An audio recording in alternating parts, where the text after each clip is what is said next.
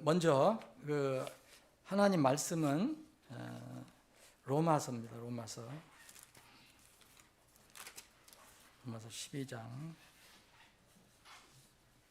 그리고 우리 혹시 새로 오신 분들 이제 우리 계신데, 교회를 어떻게 섬기느냐 이런 거에 대해서 이렇게 교회 운영이라 한다면, 그거에 대해서 궁금한 거 있으면 집사님들이나 이렇게 저나 다른 지체들이나 아무 지들한테 물어보세요.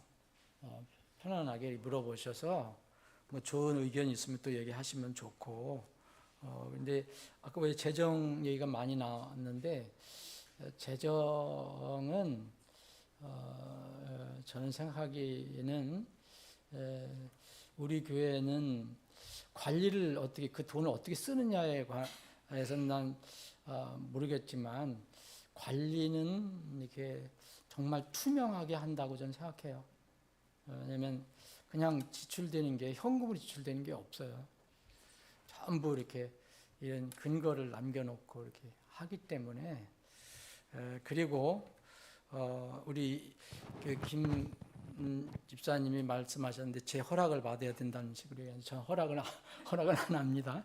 제가 허락은 안 하고 같이 이게 재정부에서 얘기를 같이 이렇게 얘기를 하고, 저도 이렇게 의견 내고 있을 때는 의견 내고, 그래서 재정부에서 결정하는 걸 그대로 이렇게 합니다. 그리고 저는 목회자로서 재정에 관여를 하지 않습니다. 제가 이렇게 해라 저렇게 해라, 그리고 저한테 사인 받을 필요도 없어요. 이렇게 우리 교회가 시작된 데 27년, 이제 21년째 돼가는데 27년 동안 한 번도 제가 재정에 사인한 적은 없습니다. 그거는 그만큼 재정부에서 자율적으로 이 회중들의 지지를 받고 회중과 함께 이렇게 재정 관리를 한다고 저는 보겠습니다. 그리고 좀 바쁜 분, 임승환 집사님보다 덜 바쁜 분이 좀 더 이렇게 하실 수 있으면, 이제 1년에 한 번만 하지 말고 이게 한두 번 더 하시면 좋지 않겠나 하는 생각이 듭니다. 하여튼 재정에 대해서는 완전히 공개적으로 투명하게 누구든지 자유롭게 이렇게 해야 됩니다. 자, 로마서 12장, 여러분들이 잘 아시는 9절 1절 2절 보겠습니다. 제가 가지고 있는 성경으로 읽겠습니다. 그러므로 형제들아, 내가 하나님의 긍휼을 힘입어 너희에게 간청하노니, 너희는 너희의 몸을 거룩하고 하나님께서 받으실 만한 살아있는 희생물로 드리라. 이것이 너희의 합당한 섬김이니라. 너희는 이 세상에 동화되지 말고 오직 너희 생각을 새롭게 함으로 변화를 받아 하나님이 선하시고 받으실 만하며 완전하신 뜻이 무엇인지 입증하도록 하라. 하나님 아버지, 오후에 다시 모여 주님 찬양 경배합니다. 이 시간에 또 주님께서 주신 말씀을 가지고 서로 묵상하며 하나님께 주신 이 교훈을 나누기를 원합니다. 이 자리에 분명히 주님께서 약속하신 대로 이 자리에 임재하시고 현존하심을 믿습니다. 주님께서 성령 통해서 우리를 가르쳐 주시고 이끌어 주시옵소서. 예수님의 이름으로 기도합나이다. 아멘. 제가 이런 제목을 한번 다뤄봤어요. 당신의 섬김을 점검하라. 이 섬김을 이제 괄호로 한다면 경배 생활, 예배 생활이라고도 할 수 있어요. 좀 이제 왜 그런가 설명을 드리겠습니다. 한번 볼까요? 우선 이거는 왜 이거 PPT를 만들었냐면, 여러분들이 눈으로 좀 확인을 해보시는 게 좋을 것 같아서, 제가 이렇게 그냥 설교하는 것보다도 직접 같이 한번 보시는 게 좋지 않겠나 하는 생각이 들었어요. 자, 여기서 이제 우리가 좀 더 깊이 생각해 봐야 할 것은, 제일 뒤에 있는 거, 우리 말로는 합당한 섬김이라고 번역이 되어 있는 거예요. 너희 합당한 섬김이라는 거, 요거를 또 좀 한번 생각을 해 보셨으면 좋겠습니다. 또 다음, 자, 그러면 여기서 보세요. 이제 이 구절을 조금 우리가 살펴보기를 원합니다. 이 너희는 너희 몸을 거룩하고 하나님께서 받으실 만한 살아있는 희생물로 드리라 그랬어요. 이것이 너희 합당한 섬김이라는데, 그럼 살아있는 희생물이 뭐냐? 전에 우리가 익숙한 성경으로는 뭐라고 여러분 기억하세요? 희생물이 제사로 되어 있었죠. 기억하시죠? 거룩한 살아있는, 이제 받으실 만한 거룩한 살아있는 제사로 드려라. 산제사라 했어요. 산제사로 드리라. 개역성경에는. 그럼 산제사가 뭐냐? 자, 그럼 희생물이라는 게 번역된 거, 제사로 개역성이 번역된 거, 이게 sacrifice라는데, 여러분 이거 지금 여러분들 도움을 드리기 위해서 이걸 한 거지, 무슨 영어 공부하고 뭐 다른 언어 공부하려고 하는 거 아닙니다. 혹시 그렇게 이걸 이렇게 하면 또 그렇게 얘기하는 분들이 있어요. 바깥에서. 그런 생각하실 필요는 없고. 자, 이제 희생물로 우리가 번역된 거는 영어로는 sacrifice라고 그래요. 근데 이게 영어로 왔을 때, 여러분 희생물이라는 게 뭐라고 생각하세요? 희생물이라는 게. 제사. 옛날에는 산제사라 그랬어요. 산제사를 드리라고 그랬어요. 여러분 제사 옛날에 드렸죠? 구원받기 전에. 저도 드렸어요. 그래서 밤에 12시에 제사 드리고 맛있는 쌀밥도 먹고 고기도 먹고 그랬는데, 거기는 산제사는 말이 없죠. 그냥 제사 드린다고 그랬죠. 근데 제사 드리는데 제사상 위에 보면 다 죽은 거거든요. 돼지 머리도 죽은 채로 올라와 있고, 닭도 죽은 채로 올라와 있고, 다 북어든 뭐든 다. 근데 하나님께서 우리에게 주신 말씀에 이거를 희생물로 드리라고 그랬어요. 근데 희생물, 제사, 이거는 원래 무슨 뜻이냐면요, 이게 옛날에는 부르다가 죽인다는 뜻이에요. 부르다가 어떤 것을 어떤 신이나 하나님께 드릴 것을 부르다가 태워갖고 죽여갖고 그걸 드리라는 그런 뜻이에요. 그래서 이런 말이 나온 거예요. 그러면 살아있는 희생물이라는 뜻이 뭐예요? 그러면 말이 안 맞잖아요. sacrifice living은. 희생물이라는 게 죽은 거예요. 죽은 거. 아브라함이 이삭을 하나님께 바치라고 해서 바칠 때 어떻게 했죠? 그냥 산채로 묶어놓아서 놓고 그냥 하나님 받으시옵소서가 아니지. 어떻게 하려고 했어요? 죽이려고 했잖아요. 불도 준비해 놓고 죽이려고 했었잖아요. 킬 하려고 했다고 해요. 근데 주님께서 스톱시킨 거예요. 그 믿음을 보시고. 그러니까 모든 것은 성경에서 나오는 이 살아있는 거 있잖아요. 동물이라든지 이런 것들은 다 죽어야 돼요. 뭐 곡식은 그냥 올라갈 수 있겠지만, 근데 이 살아있는 희생물이라는 거, 여러분, 이게 중요한 말씀입니다. 이 살아있는 희생물이라는 것은 말이 사실 이 논리로는 안 맞는 말입니다. 말이 맞아요? 죽었잖아요. 죽어 있는데 또 살아있는 죽은 것을 드리라는 거예요. 그 말이 맞아요? 살아있는 희생물이에요, 이게. 그게 뭐냐? 이게 이제 하나님께서 이런 용어를 쓰신 것은 굉장히 의미가 있다고 봐요. 이게 뭐냐면, 이 소위 얘기하면 모순어법이라고, 요새 현대 수사학적으로 얘기하면은 이게 모순어법, 악시모론이라 해갖고, 이것도 이제 그리스 말에서 나온 거거든요. 요거하고 반대가 되는 말이에요. 반대가 되는 거.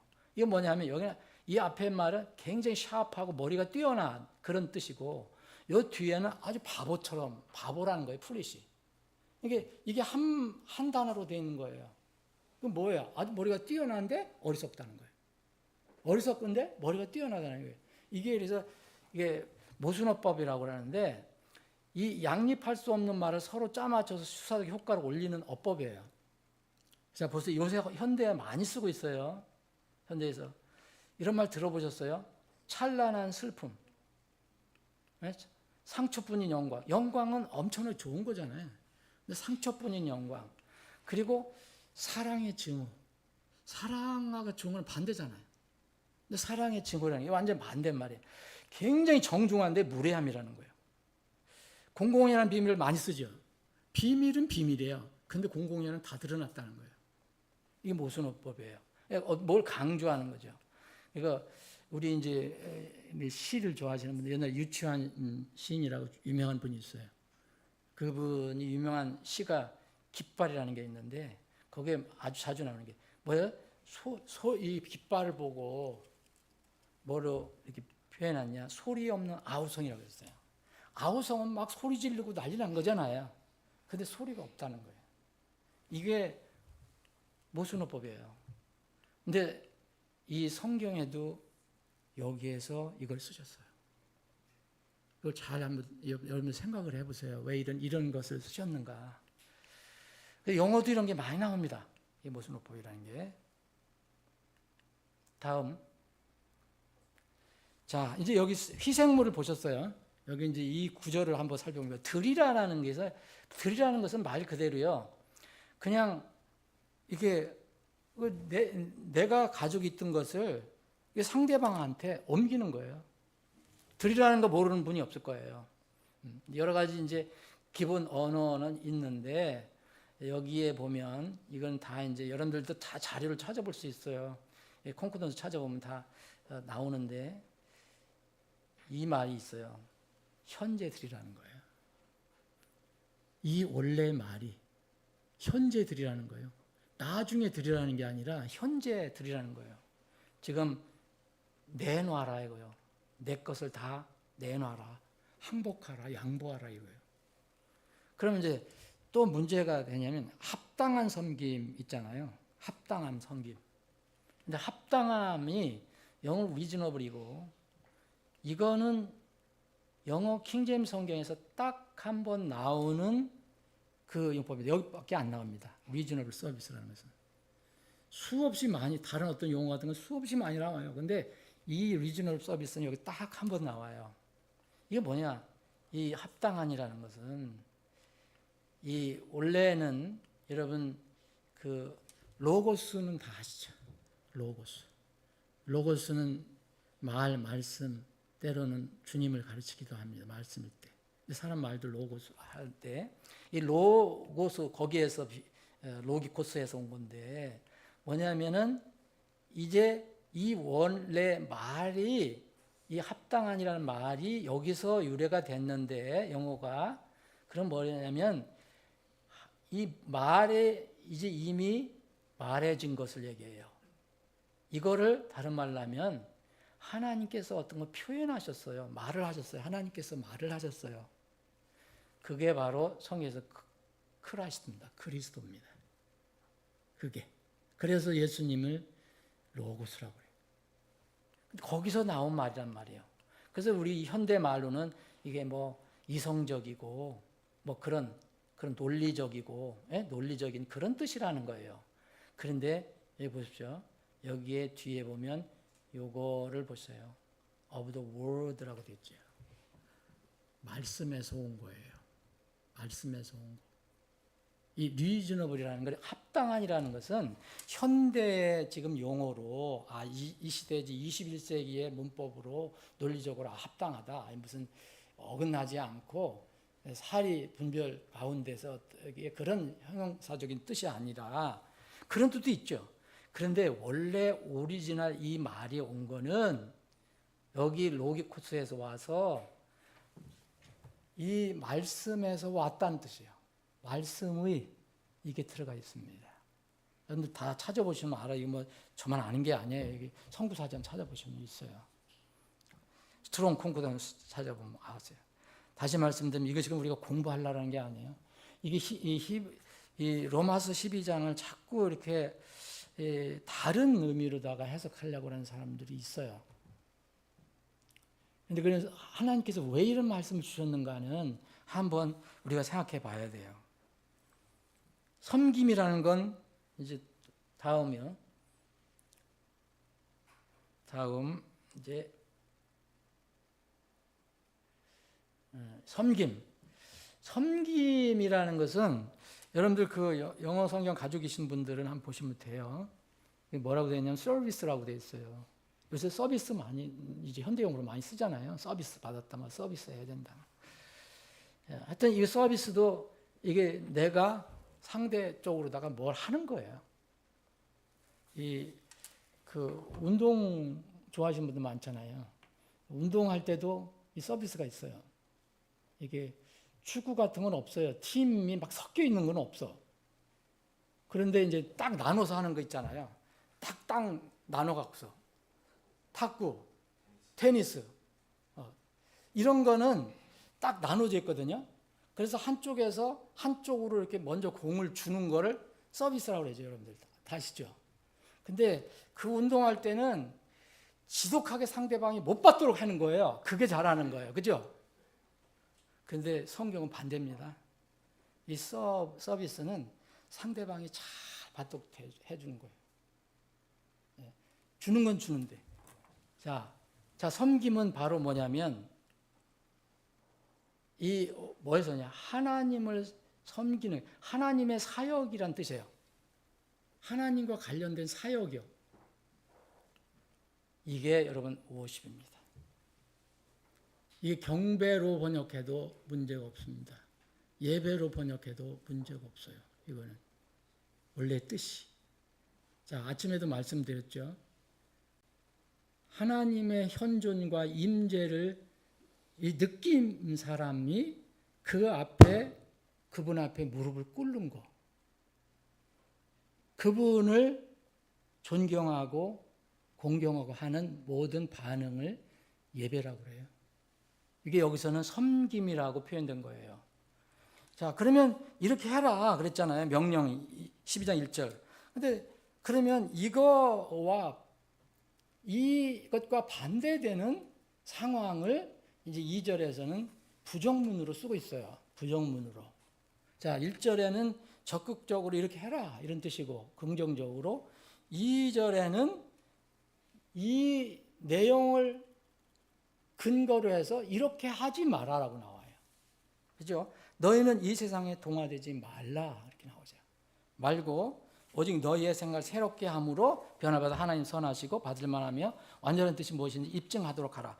이 세상에 동화되지 말라 이렇게 했어요. 그러면 이 세상에 동화되지 말라. 동화가 뭘까요?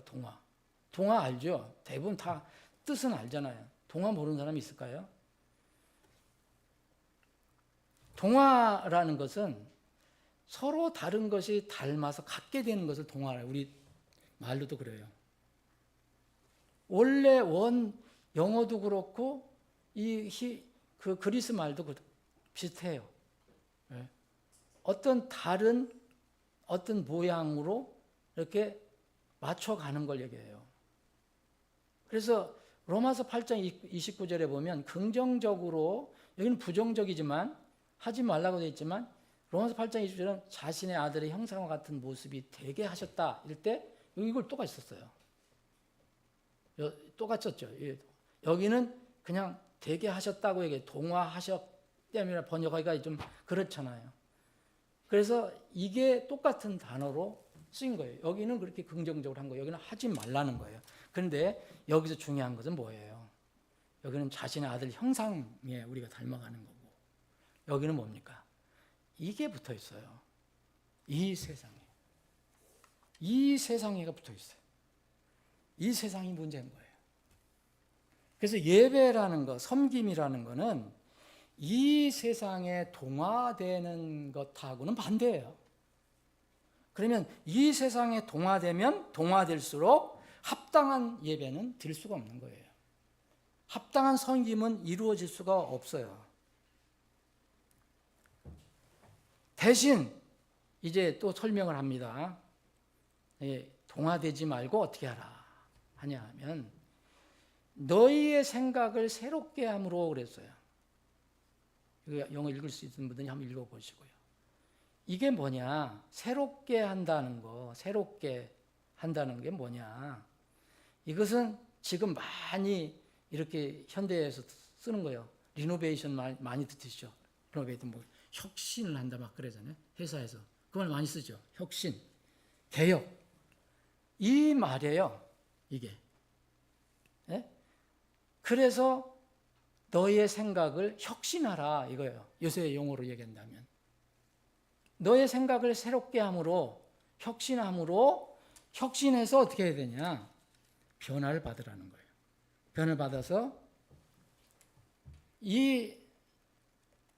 그 사람의 삶이 하나님께서 인정하시고 받으실 만한 것이라고 이게 증명할 수 있도록 해보라. 그런 얘기예요. 다시 읽어드리면 변화를 받아 하나님의 선하시고 받으실 만하며 완전한 뜻이 무엇인지 입증하도록 하라 그랬어요. 그래서 1절, 2절은 절대 분리하면 안 되고 두 절이 연결이 돼야 돼요. 그래야지 충분히 이해가 돼요.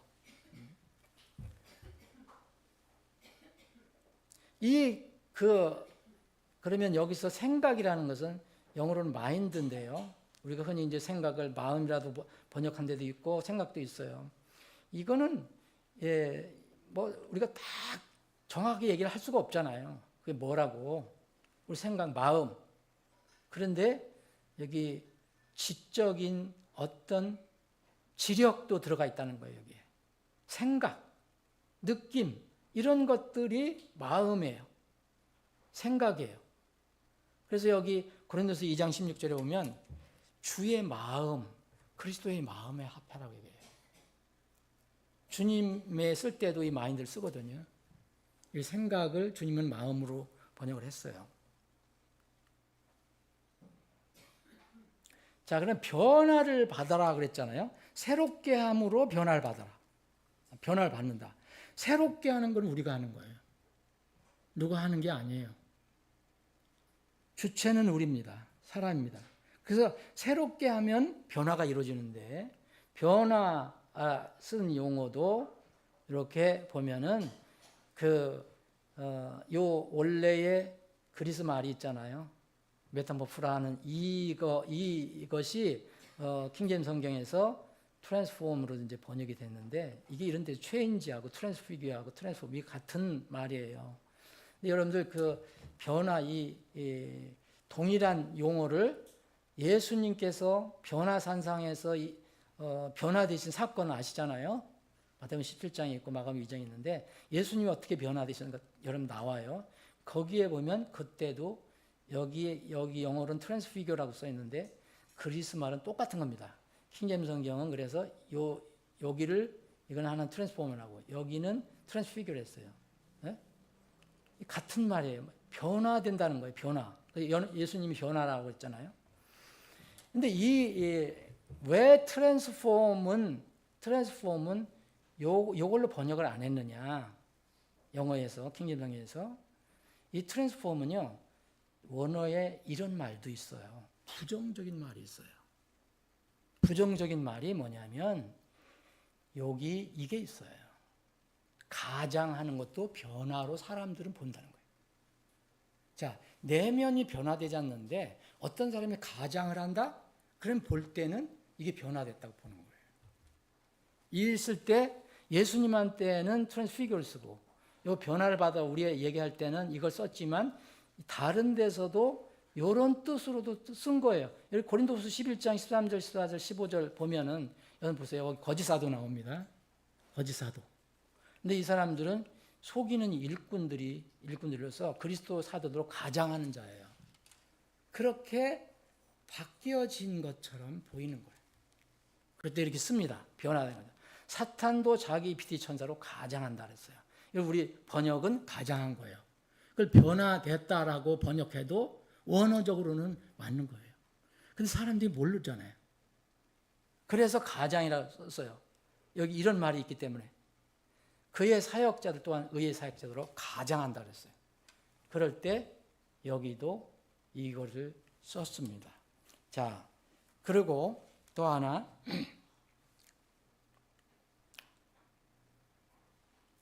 그럼 하나님의 이제 변화를 받아서 하나님의 선하시고 받으실 만함의 완전한 뜻이 무엇인지 이렇게 얘기했어요. 이건 뭐 다 아실 겁니다.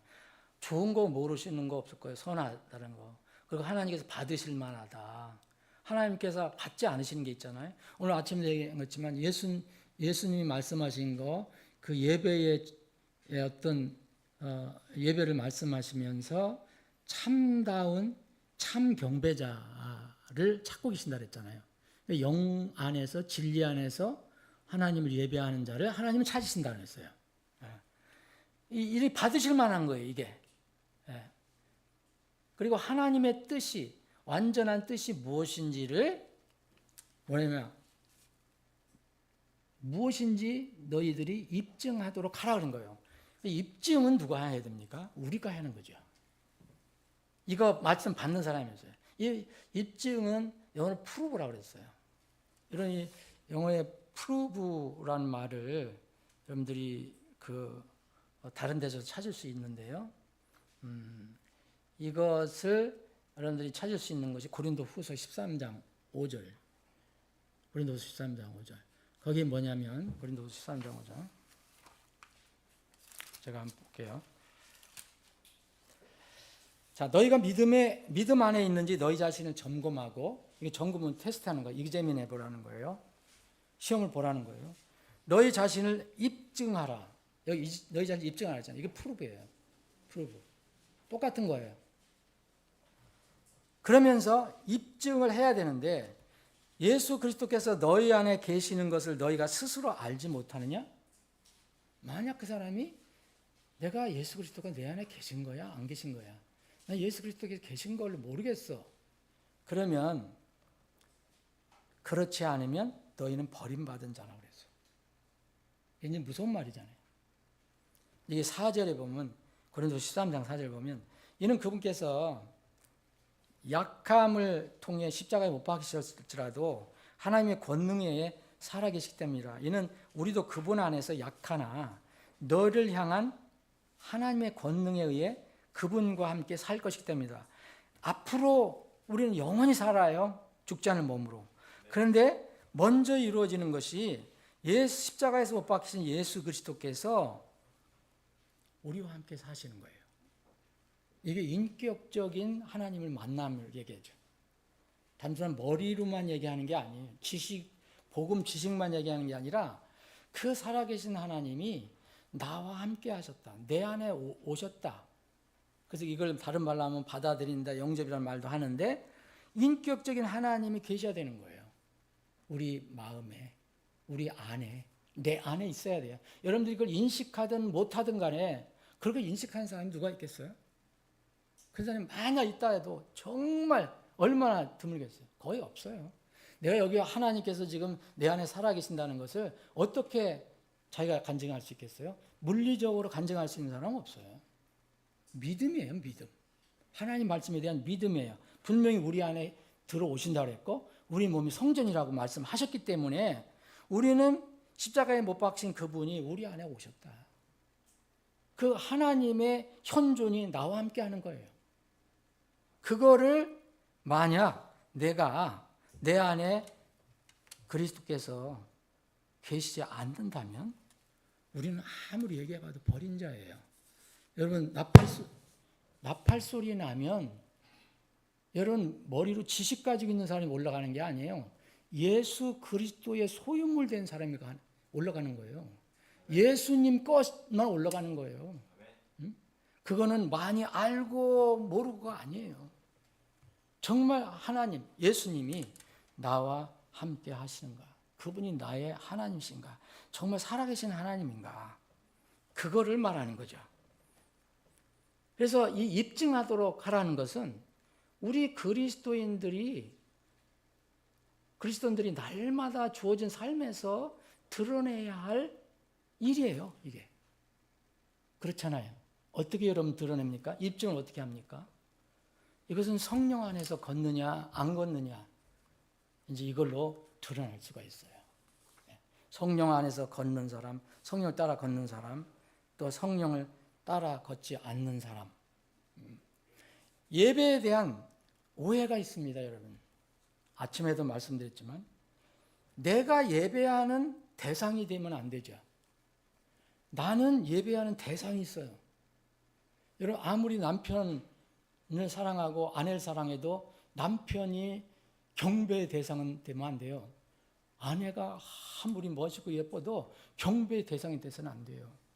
존경하고 사랑할 수는 있지만, 여기 성경에서 얘기하는 월십은 오직 하나님께만. 그래서 이 사람들이 오해하는 게 뭐냐면, 나 오늘 예배 드리러 가. 교회 갔다 와서. 근데 뭐 아무것도 얻은 건 없어. 뭐가 얻은 게 없어요? 여러분, 예배라는 것은 내가 얻는 게 아니에요. 내가 있는 것을 그분께 내어놓는 거예요. 이게 예배예요.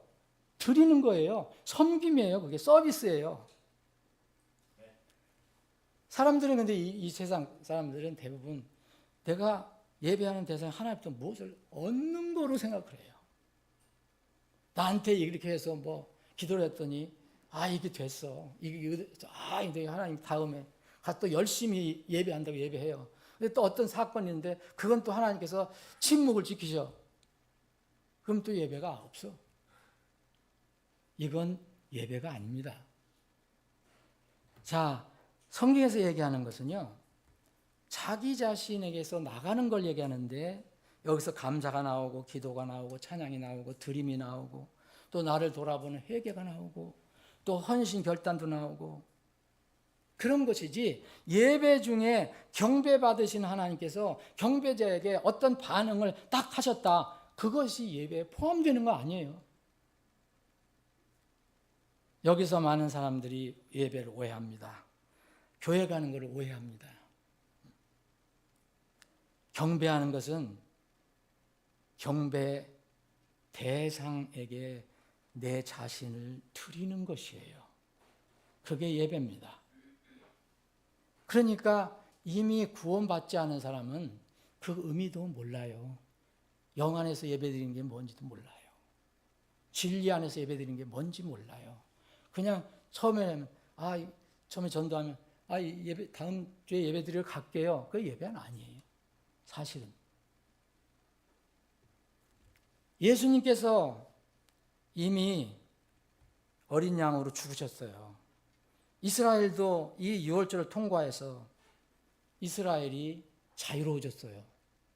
그때부터 이스라엘은 예배하기 시작한 거예요. 그때부터 광야부터. 여러분들 성경 읽어보실 때, 구약 성경 읽어보시면 이게 분명히 나눠져요. 출애굽 이후에 이스라엘 백성에게 명령하신 걸 보시면 이런 말씀이 나와요. 무슨 절기를 지킬 때 너는 내게 빈손으로 나오지 말라는 말이 나와요.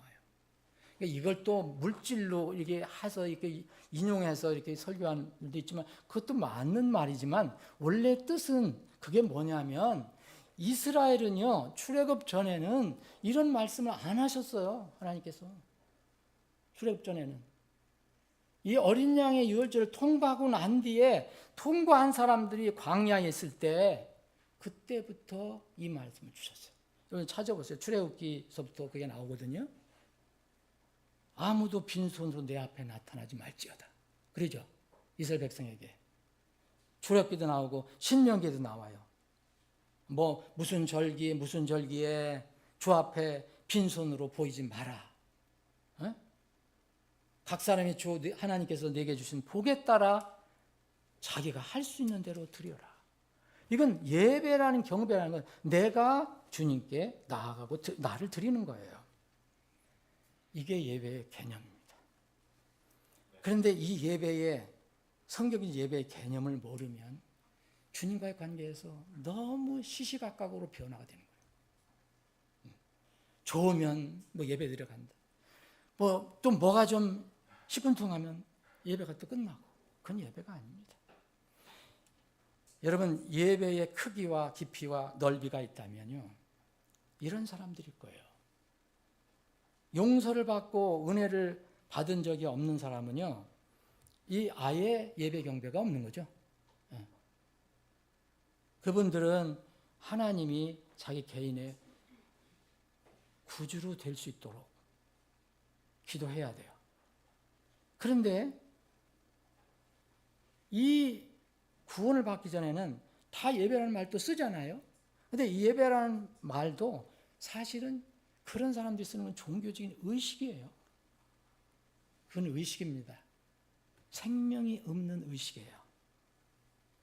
그런데 누구나 모든 죄빚을 용서받았다면 그 사람은 누구나 하나님께서 인정하시는 예배를 드릴 수가 있어요. 그때부터 이제 자격이 생긴 거예요. 하나님께 나아가서 이렇게 엎드려 경배할 수 있는 기회가 생긴 거란 말이에요. 그런데 죄를 용서받은 사람들 중에서도 자기가 받은 용서와 은혜가 자기에게는 너무 놀랍고 크고 감격스러운 사람들이 있어요.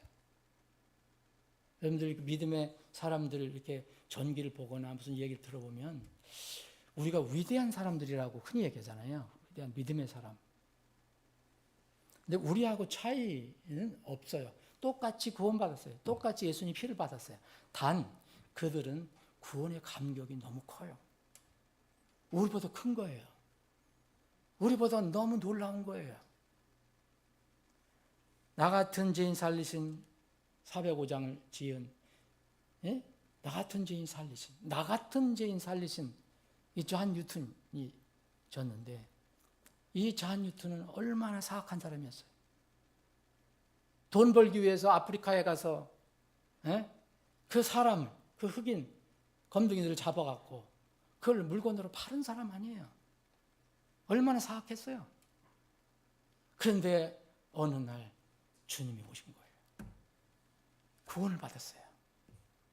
그랬더니 너무 감격이 커요. 그게 구원의 기쁨과 감격과 감사가 너무 커요. 그래서 나 같은 죄인, 나 같은 죄인 우리 흔히 잘 부르잖아요. 나 같은 죄인. 그런데 존 뉴턴이 느낀 나 같은은 엄청난 거예요. 과연 나 같은 사람이 어떻게 하나님의 자녀가 될 수 있을까? 이렇게 무지몽매하고 이렇게 사악하고 하나님 대적 같은 사람이 어떻게 하나님께서 나를 건져주셨을까? 그러니까 그런 노래가 나오는 거죠.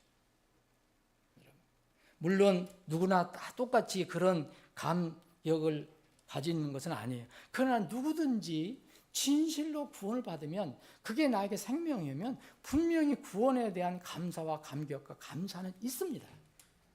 정도 차이는 있어도 여러분들 지금 구원받은 감사하지 않아요? 그런데 이런 사람들이 있거든요. 아니 종일하게 죄 용서와 은혜를 받았는데 그래도 나는 그래도 다른 사람들보다 더 나았었어. 나는 아무개 집사 만날 술 먹고 이렇게 해서 할 때 겨우 만나 하나님 은혜 얘기하는데 나는 생전 술도 안 먹고 얼마나 직장생활 범생이 역할을 했는지 몰라. 착하게 살았어. 이런 사람은 여러분 구원에 그렇게 생각한다면 그 구원의 은혜를 모르는 거예요. 하나님께서 보실 때는 별 차이 없어요. 그래서 이 시편 기자는 벌레라고 그랬잖아요. 벌레 같은 사람. 이런 놀라운 죄 용서와 은혜를 받았는데 그래도 자기는 그래도 뭐 다른 사람과 비교해서 그렇게 나쁘지 않았는데 이 구원을 대수롭지 않거나 또 혹은 나는 뭐 이렇게 살았으니까 나는 구원 받을 수밖에 없었어. 이렇게 하는 사람들은 그런 감격이 나오겠습니까? 붕어가 가장 억지로 끌려 나오고 그 사람 구원받은지 안 받은지 난 모르지만 억지로 끌려 나오면 그게 예배가 되겠습니까? 무슨 감격이 있습니까? 여러분 오후 예배에 꼭 오후 예배에 나오라는 게 아니지만 여러분 우리가 하나님을 섬긴다는 게 뭡니까? 예배를 우리가 거른다. 그럼 그 시간에 우리가 정말 구원의 기쁨 감격으로 그분께 엎드려 예배 드립니까? 이렇게 드린 사람 없어요. 우리가 정직합시다. 저도 그래요. 저도 어디 가서 여러분 어디 미국 같은 데 방문해서 어떻게 오후 예배가 없어요. 어디 가보면. 그러면요. 내가 그냥 나는 예배 드려야지. 우리 교회에서 예배 드렸으니까. 그래서 나하고 둘이 우리 집사람하고 둘이 이렇게 불 켜놓고 둘이 예배 드리나요? 그 시간이요. 다 세상 일로 다 써져요. 아마 만 중에 하나 그런 사람이 있을까 말까지. 그런 거에 우리 약해요. 그래서 모이게 힘쓰라는 거예요. 그런데 그거를 당연시 여기거나 그러면은 자기의 구원을 체크해 봐야 돼요. 내 안에 그리스도가 계신가? 나는 정말 구원받았나?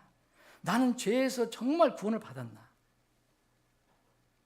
죄를 용서받은 사람 중에서 너무 그 은혜가 크고 너무 놀랍고 그래서 늘 하나님을 부르짖고 찾고 하는 사람들. 그런 사람들이 사실은 우리가 전기 읽을 때 그 유명한 그런 사람들이에요. 보니까 모든 걸 다 버리고 그렇게 하는 사람들. 우리가 그렇게 할 필요는 없지만 그러나 성경은요 같은 구원을 받은 사람들 중에서도 이런 사람들 얘기해요. 누가복음 7장에 보면 바리새인 나와요. 죄인이 한 여자 나와요. 바리새인요, 이 바리새인은요 구원받은 사람이에요. 왜 어떻게 아느냐? 감사가 좀 있었어요. 그래서 예수님을 초청했어요. 여러분 잘 읽어보세요. 누가복음 7장. 한 바리새인이 나오거든요. 거기 상반된 죄인이던 여자가 나와요. 주님께서 분명히 했어요. 그 바리새인은 비유해서 50데나리온 빚을 졌는데 갚음을 받았고 또 죄인이던 여자는 500데나리온 빚을 갚았다. 빚을 용서받았다. 그래서 누가 더 감사하겠느냐 이거예요. 주님이 말씀하신 거. 이 바리새인은 분명히 어느 부분 예수님의 감사에서 초청을 했어요. 죄인이던 여자와는 그러나 그 구원의 감격이 달랐어요. 죄인이던 여자는 너무 감격스러웠어요. 나 같은 사람이 어떻게 구원을 받았을까? 바로 이 여자가 자기 몸을 살아있는 희생물로 드리는 삶의 본이에요. 어떤 사람이 이제 개인적인 이 어떤 영적인 삶 속에서 정도 차이는 있을지라도 완전한 중간지대 없습니다. 여러분들 착각하지 마십시오. 무균 진공 상태는 절대 없어요. 여러분들 개인의 삶 속에서 각자, 나는 여러분들 삶을 잘 몰라요. 우리 그리스도인이라면, 구원받은 그리스도인이라면 하나님 쪽에 있으면 있는 것이고 세상 쪽에 있으면 세상에 있는 거예요. 어떤 사람은 하나님께 아주 가까이 간 사람이 있고 어떤 사람은 세상에 아주 가까이 가고 또 조금 덜 가까이 간 사람이 있겠지만 분명히 둘 중에 하나예요. 오늘 본문이 바로 그걸 얘기하는 거예요. 세상 아니면 하나님이냐? 세상에서 이 세상이냐? 하나님이냐? 우리를 구원해 주시는 하나님이냐? 근데 사람들은 얘기합니다. 중간지대도 있지 않냐? 신앙생활 때 보면. 그래서 요새 이제 기독교에도 중간, 입장 얘기하면 우리는 중도라고 얘기해요. 중도. 정치적으로도 중도고, 뭐도 중도. 근데 절대 신앙에서는 중도가 없어요. 중도 있으려면요, 연옥 만들어야 돼요. 여러분, 연옥. 전국도 아니고 지옥도 아닌 연옥을 만들어야 돼요. 여러분, 하나님 쪽에 있으면 세상과 동화되지 않는 거예요. 그리고 세상 쪽으로 가서 세상에 동화되면 하나님 쪽에 있는 게 아닙니다. 물론 구원받은 신분은 변함이 없어요. 성령 안에서 걸으면 육신의 욕심을 따르는 것이고 육신의 욕심을 따르면 성령 안에 없는 겁니다. 성령을 안 따르는 거예요. 그거를 바울 사도는 갈라디아 교회에 굉장히 강하게 얘기했어요. 갈라디아서 2장, 5장 읽어보세요. 갈라디아서 2장 20절 20절에 뭐였어요? 내가 그리스도와 함께 십자가에 못 박혔나니 그랬잖아요. 뭐예요 이거요? 죽은 겁니다, 여러분. 십자가에 못 박혀서 죽었다는 거 아닙니까? 십자가에 못 박혔나니. 그런데 보니까 자기 살아있잖아요, 지금. 여러분 다 살아있지요? 살아있다는 건 뭐예요? 몸도 살고 영혼도 사는 거예요. 몸이 사는 걸 얘기한 거예요. 살아있나니 그래요. 어디서 살았다 그랬어요? 내가 산 것이 아니라 그랬어요. 누가 산 거랬어요? 그리스도께서 내 안에 사신 것이라 했어요. 그리스도께서 내 안에 사신 것이다. 절대 중립이 없습니다. 우리 그리스도인의 신분은 이미 육신과 세상의 애착, 정욕들을 십자가에 못 박아 버린 사람들이에요. 갈라디아 5장 24절에 그렇게 하고 있어요. 우리는 하나님의 자녀의 놀라운 법적 신분을 이미 얻었어요. 그런데 세상에서 육체로 살기 때문에 이런 말씀을 주시는 거예요. 너희들 합당한 예배를 드려라. 합당한 섬김을 드려라. 그 합당한 섬김이라는 건 뭐냐면 너희들은 죽었지 않았냐? 그리스도와 함께 육신이 죽지 않았냐? 근데 왜 자꾸 육신이 나와서 세상과 짝하려고 하느냐? 너희 육신은 죽었으니까 희생물로 나에게 나와라. 그런데 살아있는 희생물이에요. 몸은 살아있잖아요. 몸은 살아있고 이 정말 신분적으로는 완전히 그리스도 안에서 죽은 이것을 주님께 드리라는 거예요. 살아있는 희생물로 드리라. 예배의 개념은 바로 그겁니다. 이게 우리가 이렇게 날마다 의지적으로 하나님 말씀을 힘입어서 서로 격려해서 마지막이 될수록 마지막에 가까울수록 서로 격려하라 그랬잖아요. 서로 살펴보고 사랑으로 도와주라. 믿음으로 말씀의 능력으로 힘입어 여러분 의지적으로 날마다 성령 안에서 살려고 하고 성령 안에서 걸어가야 해야 됩니다. 그런 의지가 필요합니다. 그건 의지가 필요한 거예요. 그 종교가 아니에요, 절대. 육을 따라 세상을 따라가면은 결국 헛된 영광을 구한다고 갈라디아서 5장 25, 26절 나와 있어요. 오늘 만찬입니다. 여러분, 만찬은 주님이 죽으신 것을 그리고 그분이 다시 오실 것을 우리가 기념하고 기억하는 시간이에요. 여러분, 그러면 나는 그리스도 안에서 죽었나 살았나? 죽었다면 이제는 내 육신이 나를 끌어가지 않게 하시고 이제 바로 성령께서 나를 끌어갈 수 있도록 그렇게 결단하고 기도하는 시간이 되길 바랍니다. 만찬하겠습니다. 두 분 섬기는 분 모시겠습니다.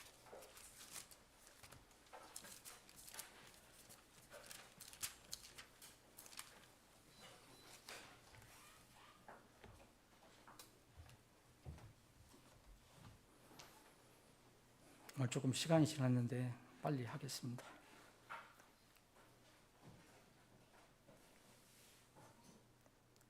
여러분, 만찬은 말씀드리면 분명히 이건 의식이 아닙니다. 만찬은 절대 구원받지 않은 사람은 참여할 수 없습니다. 구원받고도 하나님의 명령인 침례 순종하지 않은 사람은 만찬에 참여할 수가 없습니다. 구원받고 침례 순종한 사람만 만찬에 참여할 수 있는 겁니다. 여기는 우리가 아까 나눈 말씀에서 영과 진리 안에서도 연결이 됩니다. 영은 내가 살았는가? 진리는 내가 하나님 말씀을 따라가며 사는가? 이 만찬을 오늘 10월달 만찬을 실시하겠습니다. 먼저 우리를 위해서 아낌없이 주신 그분의 몸을 상징하고 기념하는 누룩 없는 빵을 분배해 드리겠습니다.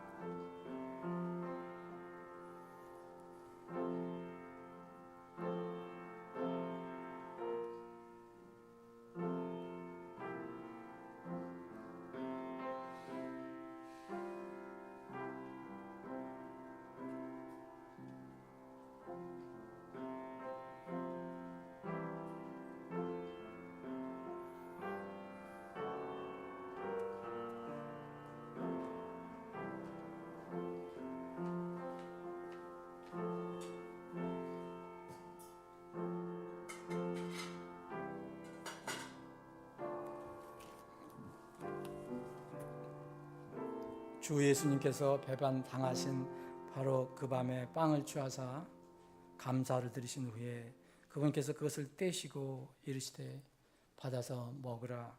이것은 너희를 위하여 찢긴 내 몸이니 나를 기억하여 이것을 행하라. 함께 나누시겠습니다.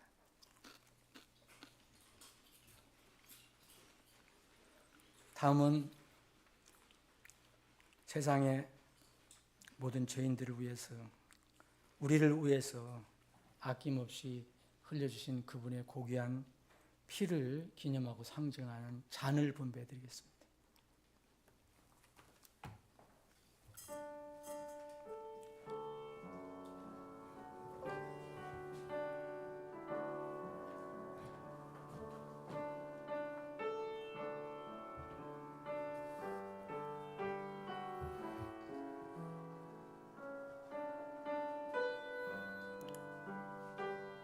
만찬 모임에는 우리의 구원주 예수 그리스도가 계십니다.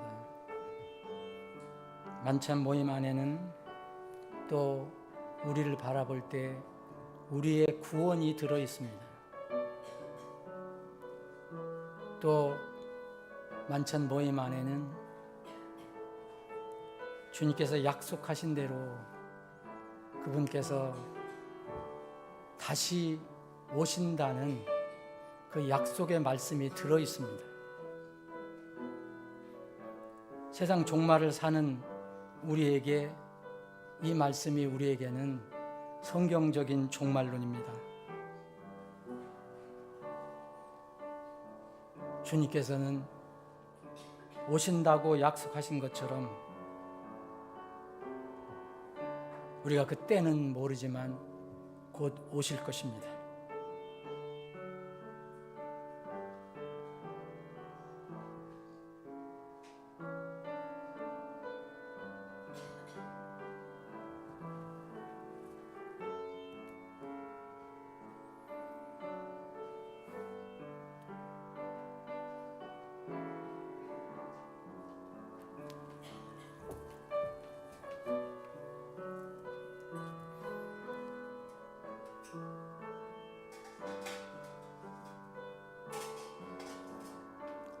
이와 같은 방식으로 잔을 집으시고 이르시되 이 잔은 내 피로 세운 새 상속 언약이니 너희가 그것을 마실 때마다 나를 기억하여 이것을 행하라. 이는 너희가 이 빵을 먹고 이 잔을 마실 때마다 너희가 주의 죽으심을 그분께서 오실 때까지 보이기 때문이라. 함께 나누시겠습니다.